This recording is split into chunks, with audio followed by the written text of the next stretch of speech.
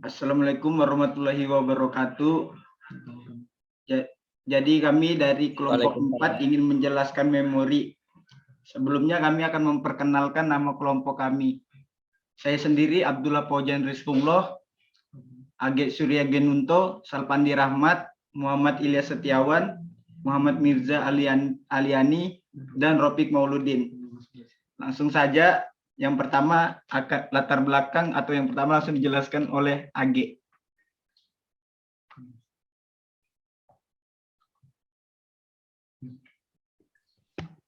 Latar belakang, memori merupakan inti dari sistem komputer modern. CPU mengambil instruksi dari memori sesuai yang ada pada program counter. Instruksi dapat berupa menempatkan atau menyimpan dari ke alamat di memori, penambahan, dan sebagainya dalam manajemen memori ini. Next.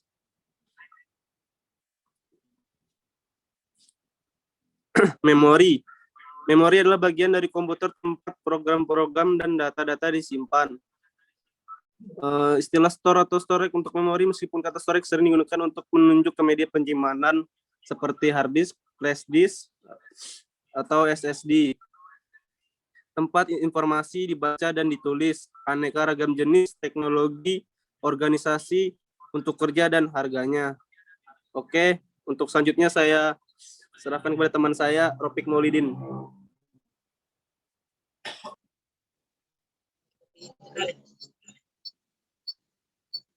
Memori internal dan eksternal. Memori internal adalah memori yang dapat diakses langsung oleh prosesor. Yang kedua, register yang terdapat di dalam prosesor. Cache memori dan memori utama berada di luar prosesor. Memori eksternal adalah memori yang diakses prosesor melalui piranti I/O, disket, dan hard disk. Ya, selanjutnya kapasitas memori dilanjuti Muhammad Ilyas Setiawan.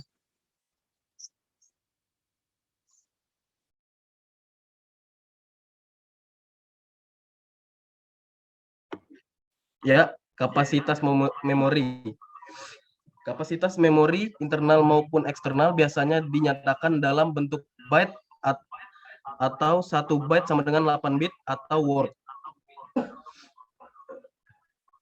Selanjutnya panjang word umumnya 8, 16, 32 bit. Selanjutnya memori eksternal biasanya lebih besar kapasitasnya daripada memori internal. Hal ini disebabkan karena teknologi dan sifatnya penggunaannya yang berbeda.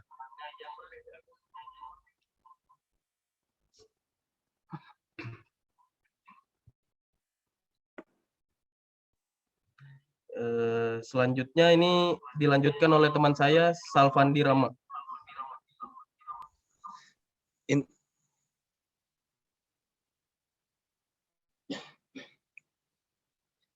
Instruksi pengikatan dan data ke alamat memori dapat dilakukan dalam beberapa tahap, yaitu waktu compile, jika diketahui pada waktu compile di mana proses ditempatkan di memori, untuk kemudian kode absolutnya dapat dibuat, jika kemudian awalnya berubah, maka harus dikompil ulang.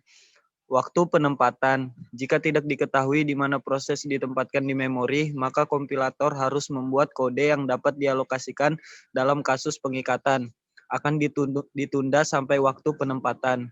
Jika alamatnya awalnya berubah, kita hanya perlu menempatkan ulang kode untuk menyesuaikan dengan perubahan. Waktu eksekusi. Jika proses dapat dipindahkan dari suatu segmen memori ke lainnya selama dieksekusi, pengikatan akan ditunda sampai runtime. Next.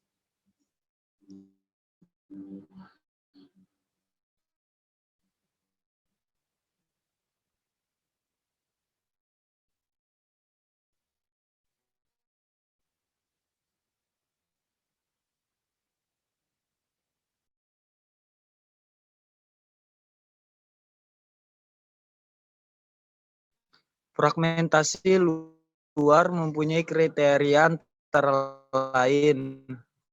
1. Ruang memori yang kosong dibagi menjadi partisi kecil.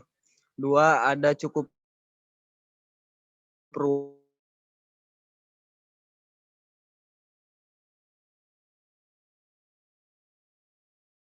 hubungan cache. Akan ada satu blok ruang memori yang kosong yang terbuang antara setiap dua proses. 3, aturan 50%. Dialokasikan N blok, maka akan ada 0,5 N blok yang hilang akibat fragmentasi, sehingga itu berarti 1/3 memori akan tidak berguna.